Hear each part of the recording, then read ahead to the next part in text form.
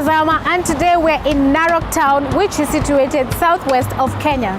It's the capital of Narok County and a major center of commerce from tourism and agriculture. Talking about agriculture, Narok is popularly known for wheat farming. So as we explore more about this town, let us watch our first feature.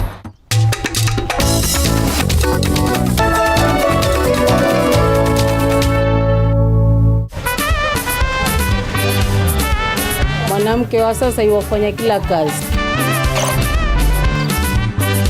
Huwa narauka asubuhi sana saa 11, naenda zangu huko, halafu naleta mzigo na bwaga pale. Meet Mwanaisha Juma Shama from Changamwe, Mombasa. She's a mother of 3. And this is what she does to keep her family going. Mimi driver tuktuk. Napenda kazi yangu. Maana nimefanya kwa muda mrefu. Nilianza 2006 na mpaka sasa bado nafanya kazi hiyo ya tuktuk. Kazi ya tuktuk ni kampuni ya fulani ilikuwa Diani. Nilienda pale kutafuta kazi kama driver. Nilipofika pale gari zikawa ni kidogo. Hiyo kampuni ilikuwa ni ya tuktuk.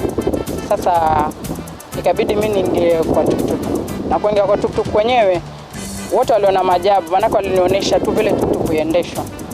Wakasema tuktuk kuendeshwa hivi na ni kama tu gari, kwa hivyo angalia vile tuktuk kuendeshwa, alafu ukamaliza kama utakuwa sawa tutakupatia tuktuk. Kazi ya tuktuk changamoto zake mahali kama barabarani wengine hawajui kuongea. Sasa ni kitu kama wewe mama ondoka hapo mara hivi, lakini sasa unaelewa kila mtu barabarani, na ukiwa barabarani utakana uwe mtulivu na mtu understand ambaye wamuelewa kila mtu, ili akijaribu kuelewa yani wale watu ambao kwa barabarani wake, kila mtu ana maongezi yake. In Mombasa City, Mwanaisha Juma is the only woman who operates a tuk-tuk among many men. Sasa nyingine uweza shindwa labda na swala umane juko barabarani ama umepata safari ya mbali. Sasa ile time ya swala itakupita, lakini sasa time ile nyingine utapata ile time ya swala, unaswali ile swala ile time ambayo umefika na unakidhi ile swala nyingine ambayo umekosa. And for a married Muslim woman, the religious leaders had this to tell her. Dini ya Kiislamu imempa heshima na imempa ubora sana mwanamke wa Kiislamu. Mwanamke wa Kiislamu anaweza kuendesha gari akiwa amejistiri, mradi asichanganyike na wanaume. Anaweza kufanya kazi ya duka, anaweza kufanya kazi ya benki, anaweza kuwa mwalimu, anaweza kufanya kazi ya magistrate, anaweza kufanya kazi nyingi. Kitu cha msingi katika Uislamu, ajiheshimu kwa mavazi. Pili, asijichanganye na wanaume ambao kwamba hawastahiki yeye kuchanganyikana na wao. Tangamana na wanaume, utatangamana na wanaume kulingana na vile mwenyewe wajieka. Ushasikia? Wanaume si mtu yule atakufuata ati akujibu maneno mabaya ama kuchukulia vibaya, yategemea vile mwenyewe utajieka.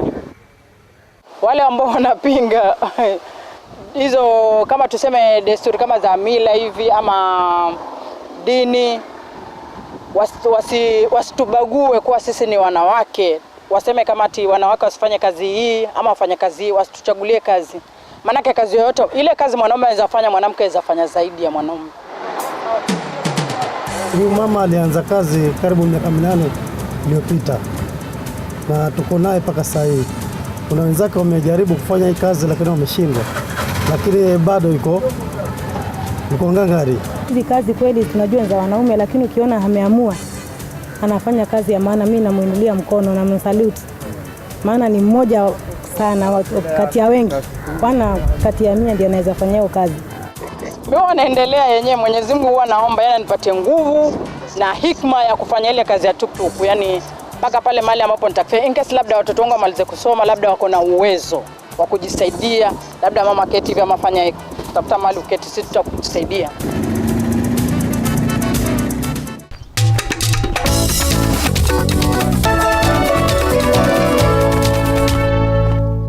One of the places that you get to see once you get to Narok Town is the beautiful Narok Museum. It exhibits some of the most beautiful pictures and artifacts which reflect the rich and traditional culture of the Maasai people and other speaking people of the Maa language. Let's get in and have a look.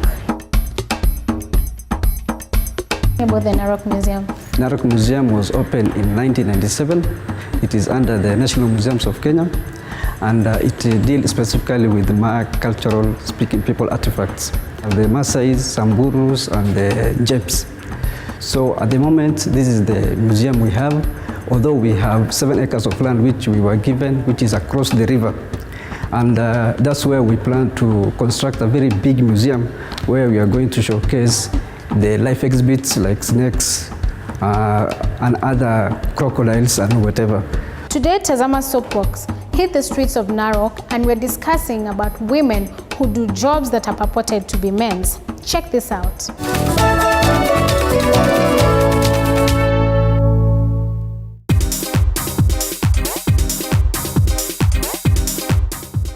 Sioni ugumu wote wa kupeleka bodaboda, sioni ugumu wote wa kuwa na shida yote ya kufanya kazi ya wanaume, kwa sababu hata kazi ya wanawake pia wanaume wanafanya, na kazi ya wanawake pia wanaume wanafanya. Kwa hivyo it can go vice versa. Kazi ni kusaidiana. Mwanamke atasafanya kazi ya mwanaume na mwanaume atasafanya kazi ya mwanamke. Siku hizi kulingana na maisha lazima msaidiane. Mwanamke ataendesha bodaboda, mwanaume ataweza kata sukuma, afungue kipanda ya kukata sukuma, bora maisha iendelee. Kazi ni kusaidiana. Wanawake wenye wanaweza fanya kazi ya wanaume kwa 95% ni watano. Watano wanaweza fanya ile kazi mwanaume anaweza fanya. Cause kazi zingine wanawake hawawezi. Usi expect mwanamke akuje aendeshe bodaboda hapa. Mimi nafunga kazi saa 3. Mwanamke anaweza beba wanaume wawili saa 3 kweli? Hawezi, kwa sababu kazi yenye anafanya ni riski. Kwa hivyo mimi nakataana na kusema ati mwanamke anaweza fanya zile kazi mwanaume anaweza fanya.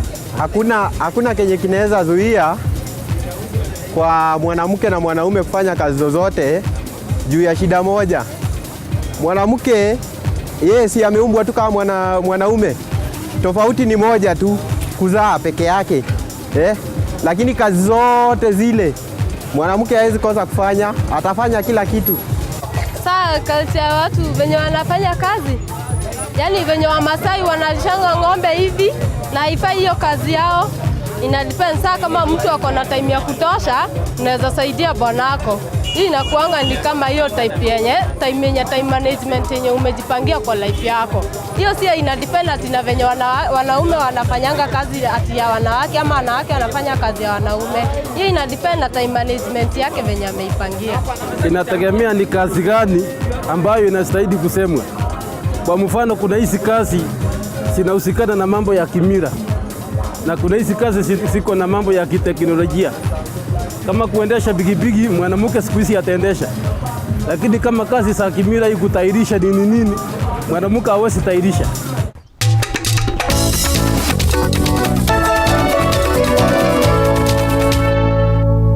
Narok is the last major town before you get to the Masai Mara National Reserve. I'm here at the Olelemtia Gate, which is one of the main gates before you get into this reserve. Did you know that this reserve holds the 8th wonder of the world? I'm talking about the wild beast migration, which is actually ongoing till October. As I go to see for myself, let's take a short break, and when we come back, we'll be joining our newest presenter, Esther Kongo, with the Town Talk.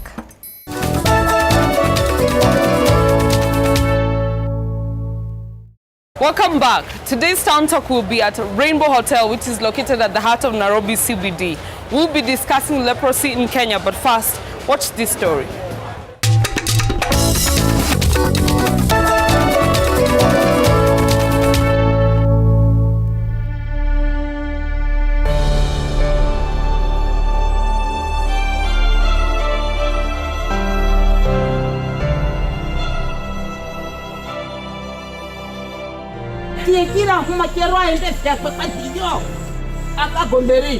Rais akipita na pale mnaambia ni uchafu, ondokeni, mnashikwa.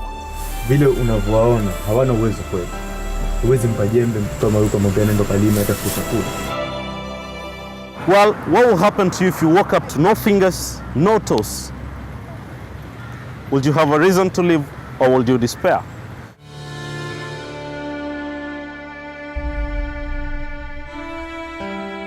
Leprosy is a chronic infectious disease caused by Microbacterium leprae.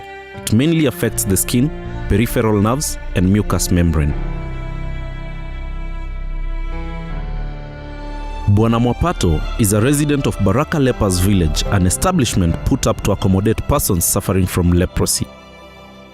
Nimeshikwa na haya maradhi kuanzia mwaka 60 nikiwa na umri mdogo sana, na nimejaribu sana kutembea, kaguliwa kila sehemu, mpaka nikakuta hii mambo yamezidi, nikashindwa na mambo ya matibabu ya kinyumbani.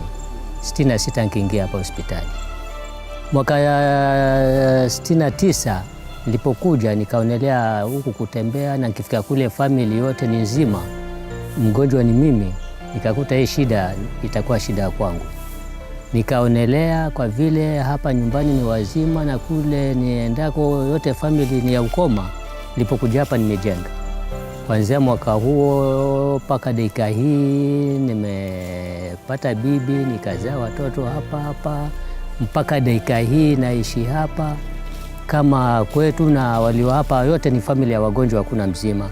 Na tulipokaa hapa wote tuko wagonjwa, hatuchekani wala tuachekana, tukujua kwamba ni kawaida tu, kwa sababu mkiwa pamoja kuchekana ni lazima, lakini unajua anayenicheka ni mwenzangu hivyo hivyo. Kwa hivyo tunashukuru tuaishi kama hivyo. Due to the fact that leprosy mutilates toes and fingers, it is difficult for affected persons to access gainful employment, hence resort to begging for their survival. Wajomba, naomba usaidizi.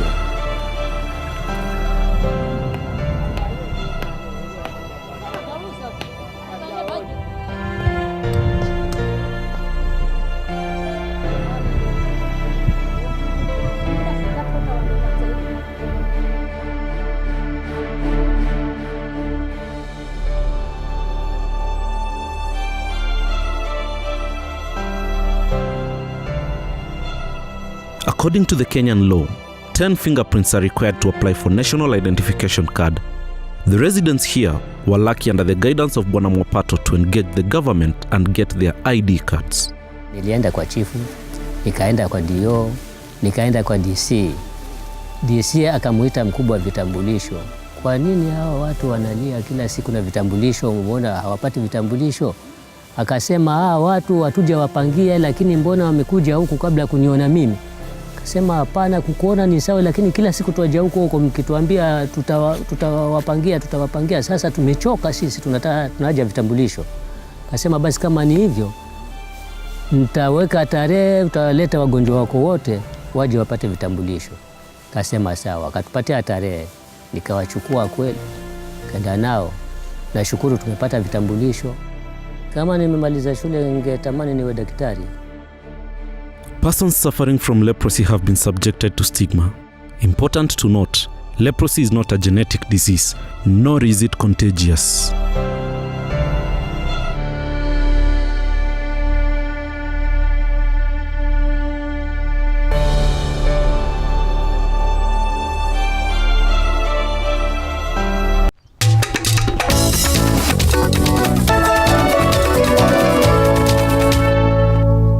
Did you know that there are people who suffer from leprosy in Kenya? I think I'm aware of those people who live in Kenya with leprosy, only that they are not that way exposed to the public or people that can know we have such a person in a certain area.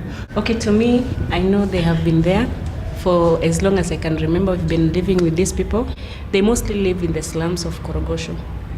So you can see them on the street in town begging, but most of their lives are in Korogosho. When we were growing up, we used to call them Ngotela. What do you think we should do with this massive stigma that is facing people who suffer with leprosy? First of all, I think the society needs to be educated about the disease, because if you'd ask the average person how leprosy is caused or how it's infected, they don't know. Like I said, people fear or are afraid of what they don't know. So they'll most probably seclude them. So it would be important for us to educate the society, let them know about the disease, how it's spread and how and whatnot. I also think that the families of the people who have leprosy have to come out and, integrate them more in the society.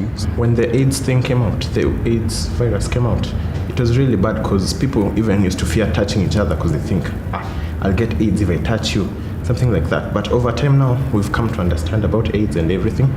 And yeah, so I think if we can launch like a campaign or something to make people just aware about it, maybe then after we can help. I think basically these people need to know, because personally I didn't know there are people suffering leprosy in Kenya. I didn't know. And now that I've known, you see, we're saying they're not educated, that they have no facilities, stuff like that. We need to go out to them. Like if they're teachers, volunteer teachers, people who are willing to teach these people and actually make them one with the society. We become one, we accept them in the society, because that is the only way we can help them. I think they're willing to do something. They could be the director of a play, they could be creative, but we've become so ignorant, we're not giving them a chance. So when we don't give them these chances to be educated and to do something that we can help them out with, then they're secluded, they won't do anything. They end up begging. We've talked about policy from her and seclusion and ignorance of people not knowing about leprosy. But there is a division in the Public Health and Sanitation Ministry on leprosy, lung cancer, and TB. But most people know about TB by now, yeah? What are your thoughts on the issue that the Public Health and Sanitation Ministry says that we're in the post-elimination phase of leprosy? There's something that you say that has really caught my attention. You say that they're in the final stages of elimination. Are they eliminating it by ignoring it? Because right now, as we are watching the video, I was wondering, does that really exist? Is it in Kenya? Because the last time I read about leprosy was in Form 4, from the Bible. That's the last time I even thought about leprosy. So I think I didn't even know that the government is aware that leprosy is a problem in Kenya. And if they're working on it, then they're doing a very shoddy job, because no one knows about it as of now. Many young people just go, everyone knows TB, people have suffered from TB, people get cured. It's because we've learned about this even from school, so they can even integrate it into the 844 system. That's a way that the people and the students can also learn about leprosy. Lack of information to assess the funds that are given to people with leprosy is one big challenge that is affecting the people. I work as a community health worker in Kiambu, and mostly the funds that are allocated to that department do return to the national government because of lack of access to it. So what happens is people lack information as to why you get this money. People have the fear of saying I have leprosy in me, and yeah. If you look at the television, the media and everything, they are spreading like we must eliminate like TB or other HIV and other things. You have not seen like leprosy being introduced. You have not seen even some government like funds. How are they eliminating it? As us, we must start with us as the community, as the youth, to go outside there, to look for them. The little we have, we shall support them. Because like people use very many things, like the blind, they use their hands so that they can write, they have the machines. Also, we must consider the leprosy people like they can work with their mouth, they can work with any part of their body. Although I know we cannot support them fully, but you can lend a hand just to uplift them. We've seen in the story, and we've also seen in cases of voter registration processes where people are struggling to get voters cards and even ID cards from that story, based on the fact that they don't have fingers, they don't even have tools to walk to the places of registration. What do you think the government should do to make policies friendly for people with disabilities such as this? I believe if we create awareness we share information in their policies. They bring on different disabilities, the limits, and how we can help. That one will help. 1. 2, information from the government is more hard than information from the grassroots and other people. So if the government can start first, and then now we come to you, like now Tazama is highlighting the issue. That one, people will know about this issue.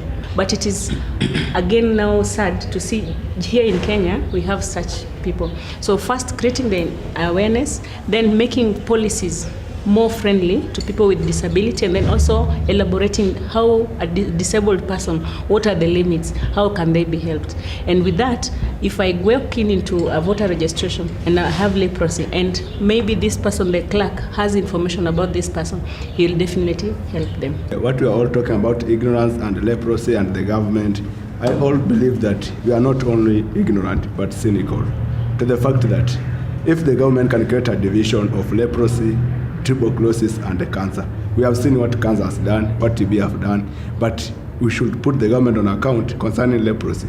Because if they knew leprosy as a division to be part of the KEFI or the Kenya Essential Package for Health, then there's no need. We can talk of ignorance when already they know such diseases do prevail. The next part will the government or the masses can help the leprous people. Now that is evident, those people are there. It's only that due to that lack of awareness, nobody knew such condition is due to leprosy. Those people, hawa watu hawana mkono, wamekatika, lakini hawa watu hata wanaweza, wako na talent. So wanaweza chukuliwa wapelekwe, kama ni acting, wanaweza pelekwa theater. Mtu akipatiwa pre atasoma, anaweza act. Na inaweza tu kuwa poa, because hatumi ataka mkono watumii, is just acting, mdomo yake haijaumia. First of all, in terms of general disability, we are grateful also for the government. There are many government buildings which are now disability friendly. They have ramps where you can enter. But I would like to say that there is a national fund for the disabled of Kenya, which is also in the government. And it's doing practically nothing. There are people who are being paid a huge salary there, and they are doing nothing. And there are people who just need a wheelchair to move around. And a wheelchair costs a certain amount of money. And very few people get wheelchairs from the government.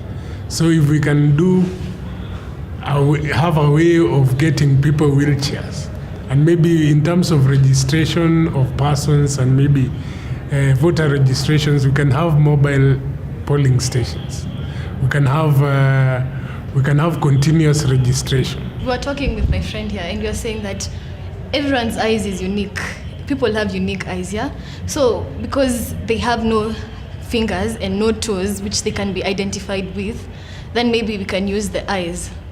Yeah, there's a way. I'm sure there's a way. Just to add on what my sister said, the government should improvise a way to uniquely identify the people who don't have fingers and legs in a such a way that their ID cards, or maybe, like for example, if you go to CID headquarters, they take your fingerprints for you to get the certificate of good conduct. So I think the government should come up with a way that they can identify people with disability.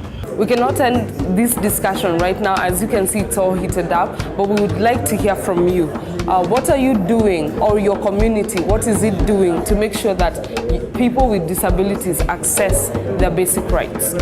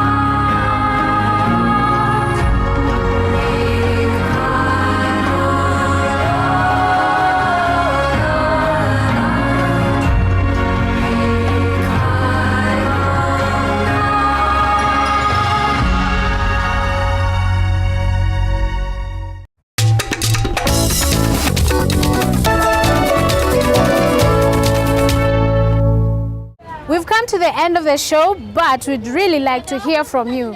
So you can find us on Facebook, our Facebook name being Tazama 6, and also follow us on Twitter, that is @Tazama 6, that's our Twitter handle. Till next time, it's adios from me.